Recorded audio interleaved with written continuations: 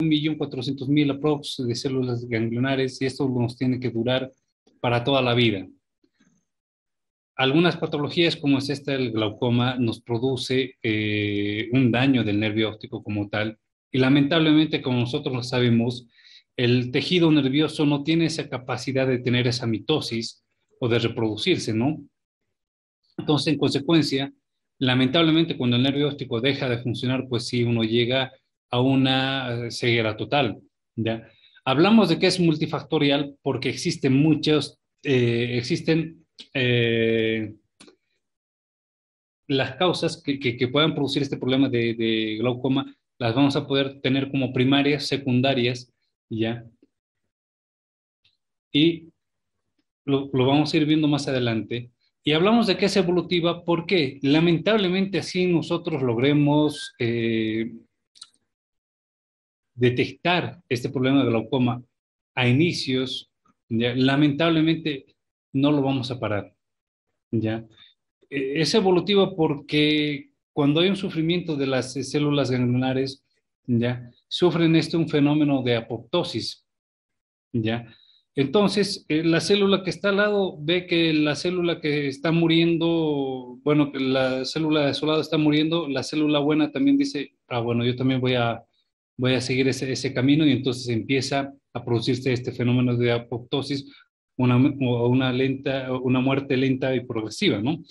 Y es crónica porque lamentablemente llegamos y se llega lamentablemente a una ceguera irreversible, ¿ya? Porque si tenemos el daño del nervio óptico, estamos hablando de que eh, no hay forma de reparar este nervio óptico. Normalmente el glaucoma, nosotros, en oftalmología, uno lo define como por tres etapas, o sea, tres cosas que podemos hablar también ahí, que es aumento de la presión intraocular, ya que es lo que produce normalmente el daño del nervio óptico. Y este aumento de presión intraocular va a producir daño del nervio óptico, como les dije, ¿ya? Y en consecuencia, ese daño del nervio óptico también nos va a poder producir una disminución de lo que es nuestro campo visual, ¿ya? Normalmente uno lo define de esa manera.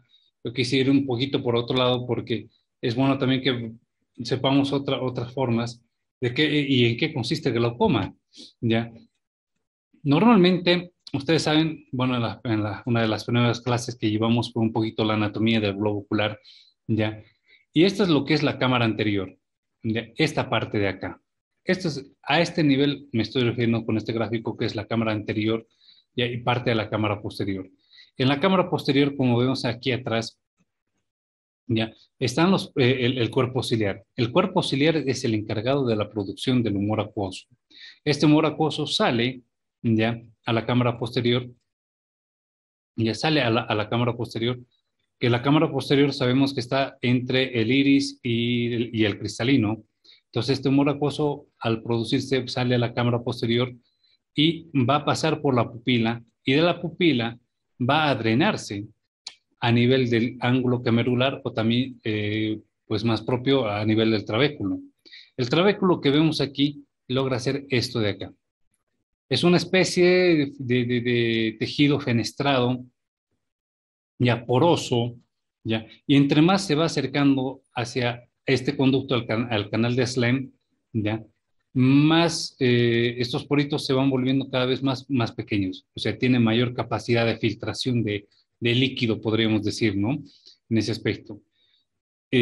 Normalmente así es como funciona la formación del humor acuoso, que es el líquido que se forma aquí atrás en la cámara posterior, pasa por la pupila y llega al ángulo camerular o al trabéculo, perdón, ¿ya? Y de esta manera llega al canal de Slem. Llega hacia el canal de Slem y de aquí se va hacia las venas vorticosas, ¿ya? Y de las venas vorticosas a la yugular. Ese es más o menos el recorrido que hace el humor acuoso. Ah, y el humor acuoso, como les dije, se forma en el cuerpo ciliar más propio en los procesos ciliares.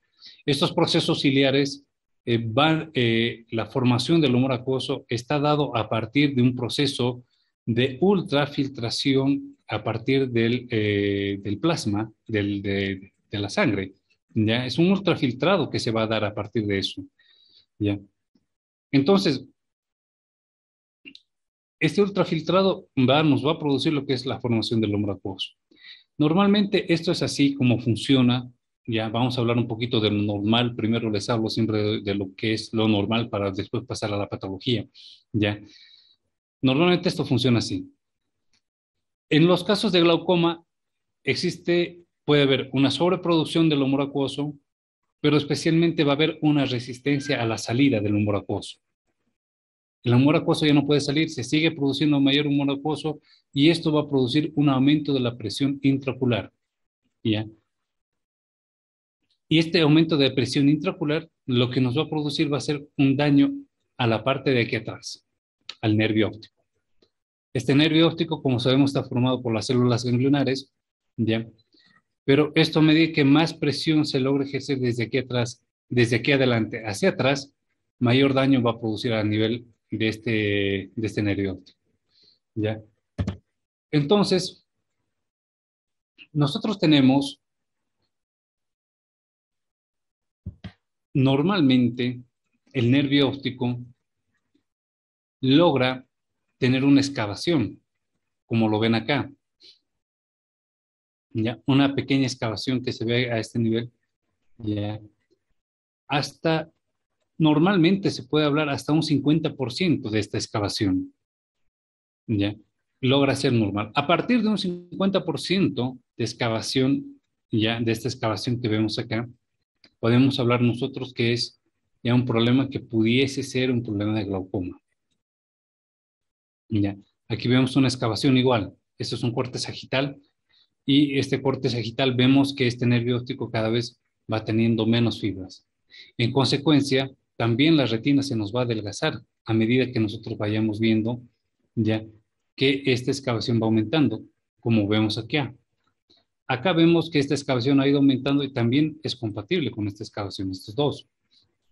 Y, la capa de fibras neuroretinales, que es de la retina, que es esto de acá, ya, se va adelgazando también, es bastante compatible.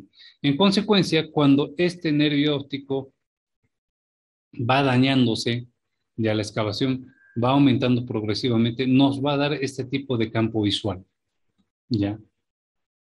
Entre más oscuro sea este campo visual, esto significa que lo más oscuro es lo que el paciente no logra ver. Esto es de un ojo, ¿ya? El campo visual de un ojo. Entre más oscuro es, menos logra ver el paciente. Entre más claro ver, esos son los sectores que mejor visión logra tener el paciente. Y obviamente una excavación así puede llegarnos a dar este tipo de campo visual. Una excavación con mayor excavación, casi logra tener casi un 100% de lo que se ha excavado, o sea, de lo que se ha comido, en otras palabras, este glaucoma, ¿ya? Menos percepción de campo visual tenemos. En consecuencia, en cualquier momento esto nos puede llegar a un problema de ceguera irreversible, de una forma de ceguera irreversible, ¿ya? Eh, para tener idea de cómo está formada esta capa, el nervio óptico, este es el nervio óptico, ¿ya? El nervio óptico está formado en forma de radiaciones como una bicicleta, ¿ya? Sus radiaciones que logran tener. Esto más que todo a nivel temporal.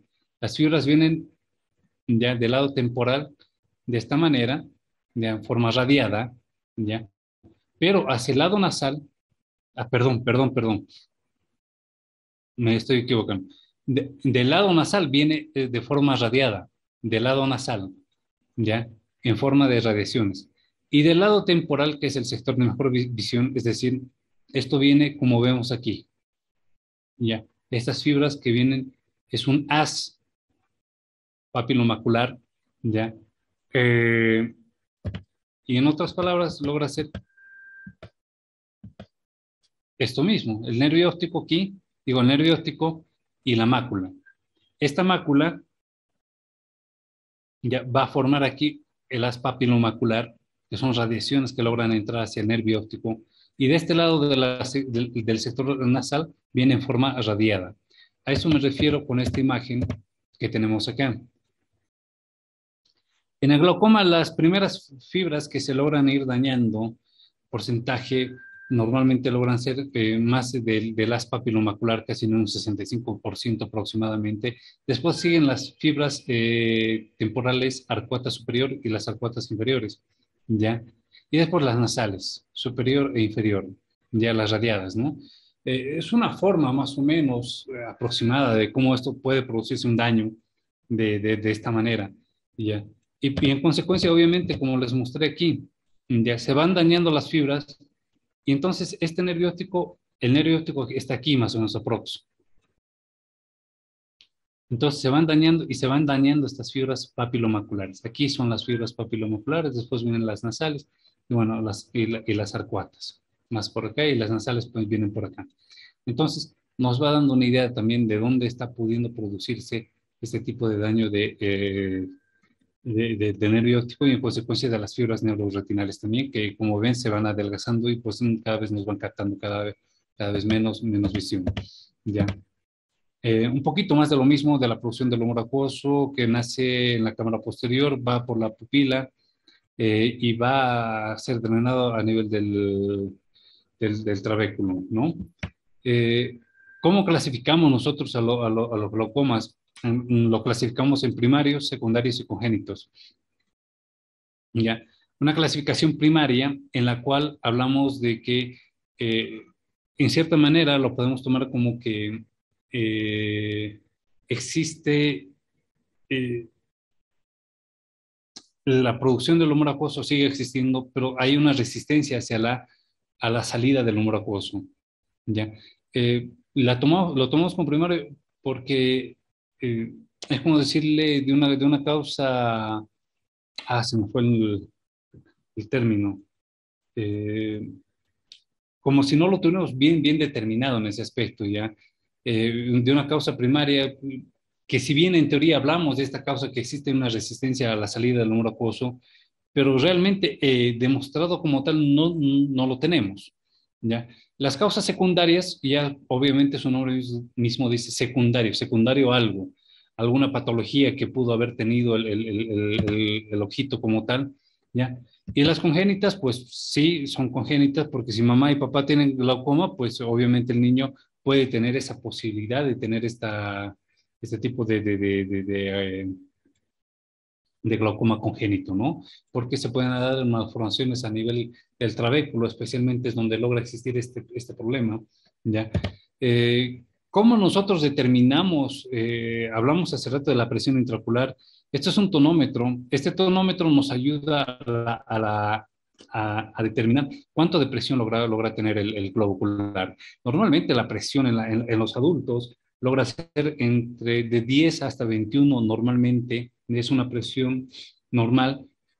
Presiones encima de 21, pues sí nos va a poder producir un daño del nervio óptico paulatinamente. Entre más alto sea, pues sí, el daño va a ser mucho más acrecentado en ese aspecto.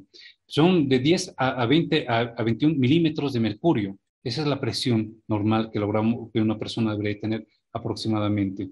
¿Ya? Y como ven aquí, esta ruedita de aquí es la que choca contra el ojito, este conito, ¿ya?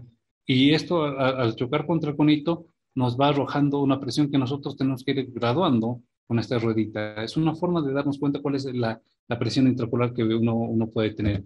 Otra forma, bueno, es la misma. Este es un Perkins, este es un tonómetro de aplanación de Goldman.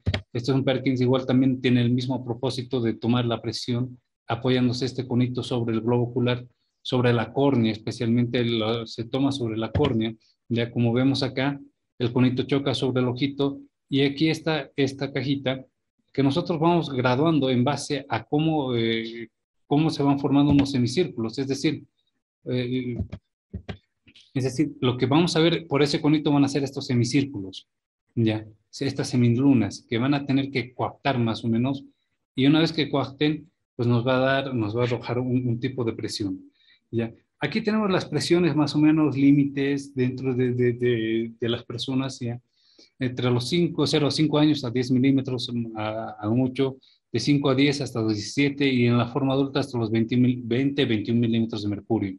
Ya son presiones que deberían estar dentro de un parámetro normal. ¿ya? Presiones encima de esto, obviamente, nos va a condicionar a que aumente esa presión sobre también el nervio óptico, ¿ya? Que va, es como la simulación de esto, directamente a comprimir lo que es sobre el nervio óptico. Obviamente el nervio óptico reposa un poquito por la esclera, ¿ya? Eh,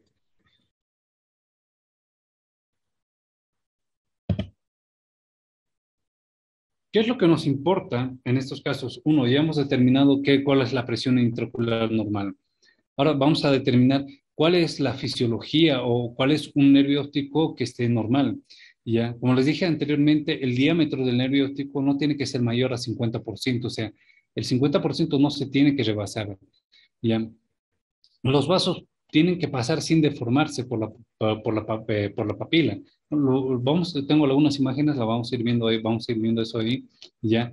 Y los vasos están regularmente dispuestos, es cierto. La excavación tiene que ser redonda y central. Hay excavaciones que son bastante asimétricas y las excavaciones tienen que ser simétricas. ¿A qué nos refiero? A qué me refiero con eso? Es decir, eh, a esto de que, si ustedes logran ver, esto es el nervio óptico.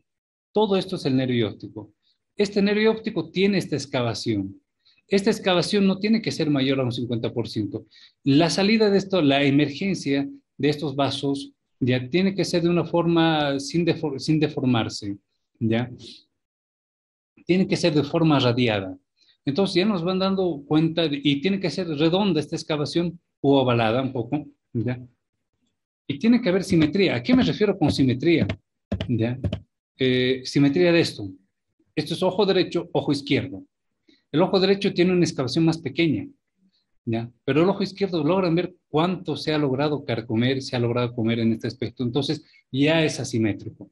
¿Ya? Una excavación asimétrica mayor a un 20%, pues sí vamos a hablar de que hay daño del nervio, que puede, lo más probable que sí, que es un problema de daño del nervio óptico y en consecuencia un problema de glaucoma.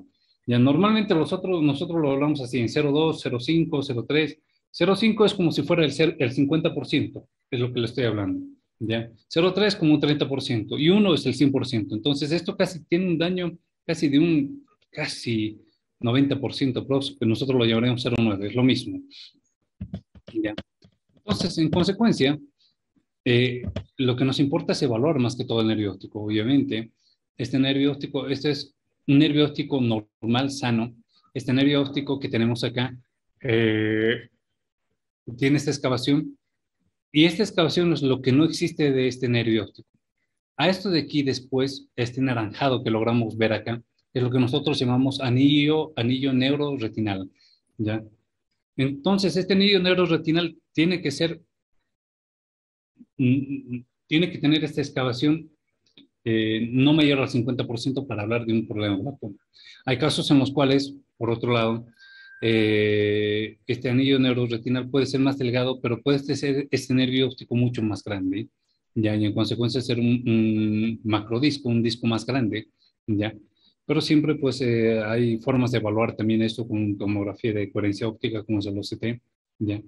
Pero vamos a abocarnos más que todo a esto, no nos vamos a entrar mucho más a un tema más específico de otras cosas, ¿ya? Y esto más es lo que yo quería que veamos, ¿ya? Eh, los glaucomas primarios son aquellos glaucomas que se logran producir porque no tienen una causa determinada, ¿ya? A eso le llamamos primarios, ¿ya? Y cuando es así, no sabemos cuál es la causa, pero es un glaucoma primario de ángulo abierto, que podríamos llamarlo así, pero no sabemos cuál es su causa. En teoría, supuestamente, como les dije, es la resistencia a la salida del flujo del humor acuoso. Las causas secundarias, como lo vemos aquí, ¿ya? Secundarias, ¿ya? A las modificaciones que pueden existir a nivel del cristalino, ¿ya? Un aumento de lo que es el tamaño del cristalino puede reducir lo que es la salida del humor acuoso, es decir, aumenta el tamaño de este cristalino, puede aumentar porque va creciendo y puede cerrarme este ángulo. Y al cerrarme esto, el humor acuoso va a aumentar aquí atrás y no va a tener por dónde salga. Entonces esto va a producir que aumente mayor presión en ese aspecto, ¿ya? En consecuencia también me va a poder producir un glaucoma. Obviamente estos casos también lo podemos ver en glaucomas facogénicos. Faco nos referimos al cristalino, génicos de génesis, ya a partir del cristalino se puede producir también un problema de glaucoma. Obviamente no en todo, siempre hay que evaluar también cómo está la catarata y si esto pues no está produciendo o no. No siempre toda catarata va a ser un generador de glaucoma, ¿no? Ya. Eh, si esa catarata se luxa o se va subluxando, pues sí, también, porque se mueve de su lugar y nos va a poder producir una obstrucción de la salida del humor acuoso, como les mostré hace rato, hacia la cámara anterior, ¿no? Eh, por problemas de uveitis, ya inflamaciones antiguas que nos hayan podido producir, pues sí, nos pueden producir también un aumento, un problema de glaucoma, ya. Problemas secundarios a traumatismos, ya. Los golpes, un retroceso traumático angular, es decir, en otras palabras, que el trabéculo como tal deja de funcionar adecuadamente, ya porque se separa el trabéculo y entonces pues no tiene a dónde drenar. Entonces nos puede producir. Secundarios también a un problema de cirugía de catarata también se pueden dar, ya. Secundarios a problemas de rubiosis, es decir, más que todo a un glaucoma neovascular. A esto nos referimos especialmente en los problemas en pacientes que tienen problemas de diabetes, ya. En algún momento, como ustedes saben, los pericitos dejan de funcionar bien adecuadamente y entonces se producen problemas de disquemia y en consecuencia, pues esa isquemia va haciendo de que se produzca esa angiogénesis o formación de nuevos vasos que van tapando lo que es el ángulo camerular, ya, el trabéculo como tal, y entonces en consecuencia va aumentando también la producción del humor acuoso. Secundarios también un problema de corticoides, ya, especialmente, bueno, los corticoides que vemos muy a menudo, está bien, podemos usar los corticoides por un lapso de tiempo, pero mayor a un tiempo digamos, lo que sé, de, de, de un mes o algo así, esto nos puede producir un aumento de depresión intraocular. A veces ni siquiera un mes, a veces hay gente que tiene una reacción bastante tórpida hacia, la, hacia los corticoides y en par de días pues se les sube harto la presión intraocular. ¿Ya? Una cosa es que se le sube la presión intraocular, no necesariamente esto nos va a producir en un problema al principio el daño del nervio óptico. Para que se produzca el daño del nervio óptico, pues tendrá que pasar varios días ya para que se vaya produciendo este daño del nervio óptico. Hay gente que se le suba ya y tiene como, podríamos decirle en cierta manera, como cierta eh, reacción hacia el corticoide y hace que se le suba las presiones. Si lo controlas, el uso del corticoide, pues si las presiones vuelve a estar normal, ya vuelve a bajar. Ya. Entonces, muy importante siempre también en todos los pacientes, ustedes que vayan viendo, pues sí, por un tiempo, pueden utilizar unos 7 días a 10 días, a lo mucho, pues ya después no. Ver si es que esto les funcionó o no, si no les funciona, pues sí, valorarlo siempre con el oftalmólogo, porque a veces hay casos de infecciones, cosas, y donde dejamos un antibiótico y a veces dejamos un corticoide, o los corticoides hasta por vía oral también, pues lamentablemente en algún momento también pueden producir este tipo de problema de glaucoma. ¿Ya? Y también problemas ahí secundarios a un aumento de presión intravenosa, es decir, la presión episcleral que se va dando por un problema de Sturm-Weber, ya en el cual una fístula carótido cavernosa. Hay una resistencia al flujo de salida de lo que es el humor acuoso, entonces este va produciendo más aumento. Ya. Son las cosas secundarias de glaucoma que se pueden ver aquí. También, como hablamos hace rato, también tenemos los problemas de glaucoma congénito, ya, son casos bien lamentables y bien tórpidos. Este es un ejemplo de un problema de glaucoma secundario o un problema de uveitis, una uveitis en la cual esta pupila se logra pegar hacia el cristalino y obviamente si se pega todito en 360 grados es lo que llamamos una seclusión. En consecuencia, al, no, al pegarse todo este iris sobre el cristalino, no hay como el humor acuoso que está detrás de esto vaya a salir y y mejore su presión intraocular. Entonces va a aumentar esto, lamentablemente, pues si no nos va a producir otro problema de glaucoma. ¿Ya? Excavaciones que vemos, como les dije, una excavación normal, el anillo el neuroretinal es esto de acá y esta es la excavación. Con esto es lo que nosotros nos vamos rigiendo. ¿Ya? Una excavación, un nervio óptico pues más pequeño, ya una excavación que también es pequeña, pero el anillo neuroretinal lo vemos que es conservado. ¿Ya? Esta también es una excavación bastante grande, profunda, pero aquí ya vemos que el anillo neuroretinal es más delgado. Ojo, esto también se puede en algún momento convertir en un problema de glaucoma y además que estamos casi al borde, ¿no? Entre un 50%, 60% prox de que ya se ha carcomido todo este anillo neuroretinal y esta excavación es bastante grande. Siempre hay que tenerlo en cuenta y estar pendientes de esto, ¿no? ¿A qué nos referimos con la distribución de los vasos también? O sea, este es un nervio óptico glaucomatoso, ya vemos la salida de los vasos, ya, y de esta manera ustedes ven aquí, este vaso salió de la nada, no es que salió de la nada, es un vaso en bayoneta, ya, tuvo una emergencia, pero sale en forma de bayoneta, y esto no tiene una forma radiada, obviamente ya nos hace pensar que tuviera este problema de, de glaucoma. Y aquí, como vemos, una excavación casi de un 70% próximo, yo quizás lo vea hasta un 80%, quizás un poco más, pero eso nos da una idea de que esto sí puede producir un problema de glaucoma. Igual aquí la excavación es bastante grande. Como les dije hace rato, hay una simetría casi de un mayor a un 20% entre ambos.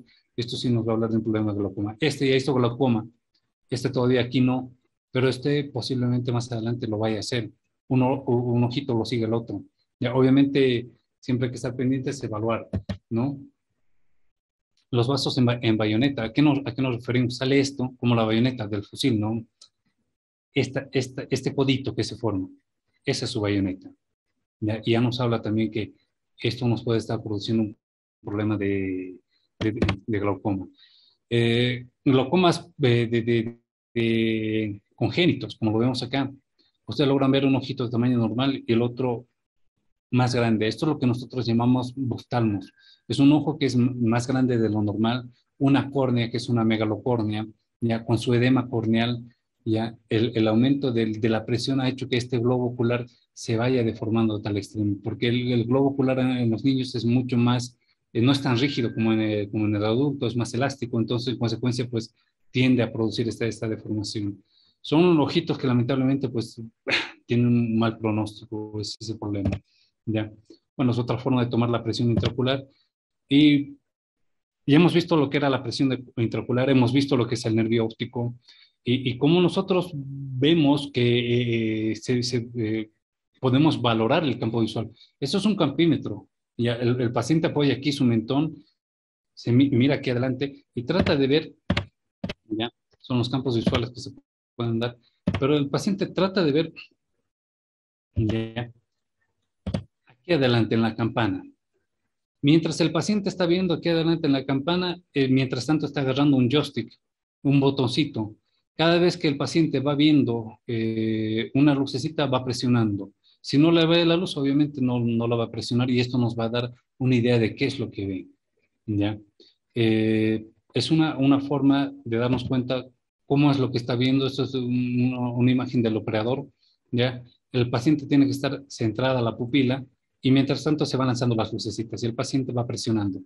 Ya a medida que va viendo, va presionando y la idea es que va llenando todo esto de acá, estos campos visuales lo va llenando con las luces, las lucecitas a medida que se va dando. ¿Ya? Es importante también tener en cuenta esto porque a veces el paciente, pues muchas veces nos da falsos positivos o falsos negativos, es decir, ¿qué quiere decir? Que la lucecita salió y el paciente no lo vio, ¿ya? Y en consecuencia empieza a ponerse nervioso y empieza a presionar porque sí, porque no. Entonces, a veces ni siquiera la luz salió y empieza a presionarnos, entonces nos da falsos negativos también. Es un test que es bastante demoroso, nos ayuda bastante también, eso es cierto, hay que aprenderlo a hacer, una curva de aprendizaje que uno tiene que hacerlo entre 3 a 4 campos visuales aproximadamente para tener una idea clara de cómo hacer esto. Ya. Pero como les digo, al final dentro de todo esto, todos los exámenes y y los colirios que pudiéramos utilizar para bajar la presión intraocular. Dentro de esos tenemos, pues, para bajar la presión intraocular, timolol, dorzolamida, brimonidina, los análogos de prostaglandinas, nos ayudan solamente para bajar la presión intraocular, ya que es lo único que uno puede controlar. A partir de eso, eh, es un problema porque no lo estás curando, el glaucoma lo tratas, no lo curas. Lamentablemente, en algún momento este ojito pues termina por apagarse y su campo visual de lo que era aquí cada vez se va reduciendo y cada vez va siendo menor. ¿Ya? Y es así como esto termina siendo. En realidad, el campo visual normalmente deberíamos verlo de esta manera. Obviamente, el campo visual se hace ojo por ojo, es decir, mientras este ojo está viendo, el otro ojo está con un parche, está tapado. ¿Ya? Y este ojo es el único que está viendo. Después se pasa, es al revés, este ojo se tapa y después el otro empieza a ver. Y un ojo empieza a ver este campo visual, pero a medida con el glaucoma va perdiendo la parte periférica. ¿Ya? A medida que va perdiendo la parte periférica, uno va hablando de una visión más tubular, más del centro. Entonces, a medida que esto se va perdiendo, pues sí llega un punto en el cual esto lamentablemente se termina perdiendo. Bueno, yo siempre les digo ahí a los pacientes, esto es una enfermedad que lamentablemente tiene cierto prospecto, digamos, o sea, tiene prospecto con la herencia en realidad, ¿no? Si mamá, papá tiene glaucoma, pues posiblemente el niño también lo va a tener, o si uno de los componentes lo tiene, tiene glaucoma, alguien lo puede tener. Es como suerte sin blanca en realidad. A quien le llegue, le llegó, tengo una familia de repente ahí de 5 hermanos, de los 5, 4 tienen y uno no lo tiene hasta ahora. Son esas cosas que de repente a veces pues, alguien le puede tocar. Al final, dentro de todo esto, pues es ser, pues, una vez que uno se le detecta el glaucoma, ser disciplinados en su bota, tener adherencia al tratamiento, no colocarse a veces sí, a veces no. Y bueno, ser disciplinados en este aspecto para que el nervio óptico nos logre durar el mayor tiempo posible. Esta ha sido la clase de glaucoma, ¿ya? Eh, es una clase que, bueno, para que tengan algo más de idea ustedes también, y pues si es que tuvieran algún paciente por ahí con glaucoma, pues siempre orientarlos y darles una idea clara de qué es, qué, qué cosas se debe hacer, ¿no? El tratamiento, como les digo, es muy importante. De tratamientos yo no les voy a preguntar mucho, la verdad, sinceramente, más me aboco a enseñar un poquito la patología, un poco la fisiopatología y ver pues cómo es esto. Bien, jóvenes, bueno, no tengo mucho tiempo, ya el tiempo se nos acabó, menos de un minuto. Nos vamos a estar viendo entonces el próximo lunes y ya. Que tengan un buen resto de jornada. Suerte. Hasta luego. Hasta luego, doctor. Gracias.